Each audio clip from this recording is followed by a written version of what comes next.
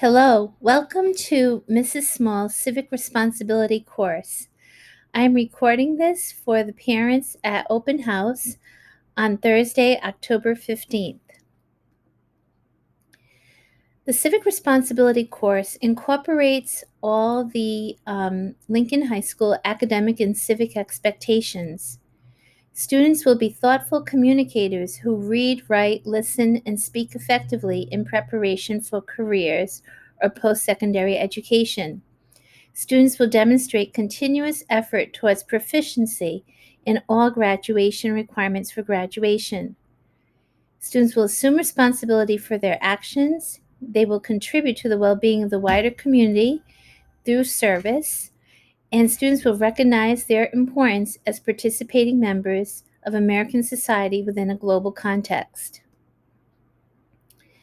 So, the Civic Responsibility course is a graduation requirement.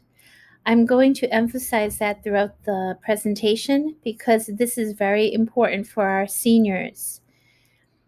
The Civic Responsibility course is designed to prepare students to develop the skills and understanding necessary to deal critically with themes and problems in the area of civic participation. This course, most fundamentally, is directed toward the need in our democracy for an enlightened and responsible citizenry. And it is by studying these principles of American government and civics and seeing how they apply in the modern world that students will learn about their rights and responsibility as American citizens. To help our students achieve these goals, the Lincoln High School mission statement, the Civic Responsibility course, empowers students to become productive citizens in a global society. In this required course, students will apply what they have learned in the classroom to the community at large by participating in a community service project. Traditionally, this project consisted of 15 hours of volunteer service at a place selected by the student. However, this year, I'm having the students do a research project about a controversial issue during this year's elections. And in this way, students are preparing for their role as citizens and fulfilling the requirements of the Civic Responsibility course. Some of the class expectations I have for all students is that they come prepared for class. Most assignments are to be completed before the beginning of class, but sometimes I do allow for some period of the classroom time to be devoted to a project. They must be seated and ready for the second bell and write down the learning objective on the board, and often to complete an entrance ticket. If a student is virtual, it is important that the student be on time to the virtual meeting. They should prevent technology violations. To use a cell phone or another piece of technology not directed by the teacher is disrespectful and a violation of our regulations in our handbook. The students are expected to behave in a mature and respectful manner, listen respectfully, and recognize themselves as dignified members of our classroom community. In our class, I expect everybody to be safe to exchange ideas in a civic way and therefore preparing themselves to live in a civil, pluralistic, and democratic society. And most of all, integrity. Students are expected to do their own work. Cheating and plagiarizing is never acceptable. So the course of study this year, I have deliberately moved some units around so that we are focusing on this teachable moment of the presidential elections. And we're going to begin this semester with political participation and voter behavior. So we have already begun a discussion of political parties, the history and development of these political parties, how parties are organized, and how candidates are nominated. We will follow this unit with another unit on elections and voting within the first quarter of this semester course. And This unit will focus on election campaigns, expanding voting rights, and influences on voters. So, one of the major projects for which the students are being heavily graded is a plan of research. Because we're not in this COVID environment and period allowed to go out as freely as we could have before, students are not able to perhaps to secure places to do volunteer service. In my class, I've decided to do something I regularly do um, as a plan of research for them. And basically, this will require the students to choose a political issue of their interests that might be tied to their college or career interests, and try to determine, how closely this aligns to a political issue being discussed in the campaign of 2020. And so here I give them an option. They may work by themselves or collaboratively with another student.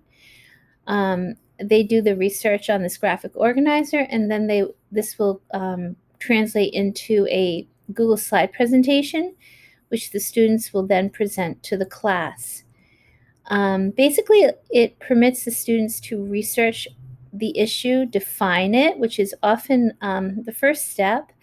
But most issues people talk about, they are not even well aware of what that issue consists of. So I find it very important for a student to define the issue, to elaborate in detail and describe what we are talking about.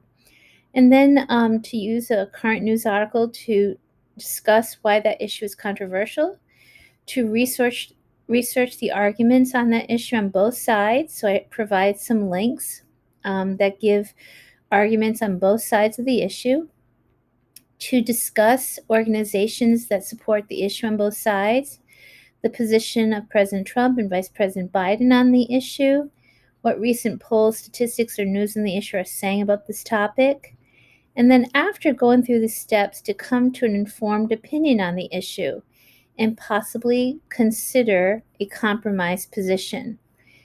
How could the students possibly bring some balance to this issue or get people to a consensus or a compromise? So this is the type of project that students are currently working on, and it shows that if they use this process as they become effective voters, then we know we will have citizens who can vote based on their own research, based on their own process of coming to conclusion about the information they have been exposed to.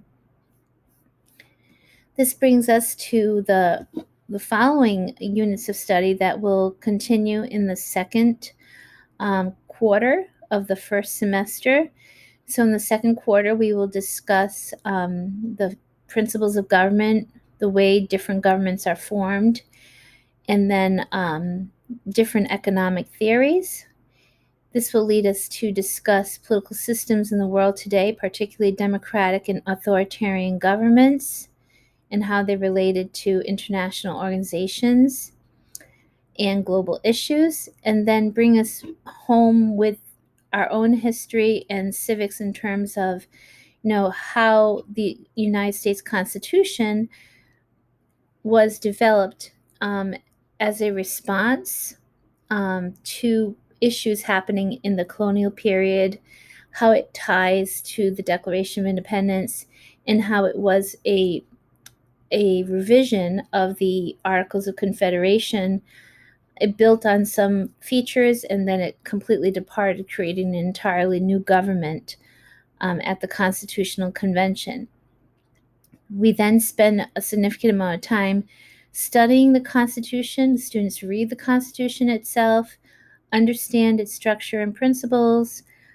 We discuss the three branches of government, their functions, checks and balances, federalism, a variety of principles embedded in the Constitution, how the Constitution is amended, the different articles that speak to that, and then all the amendments of the Constitution.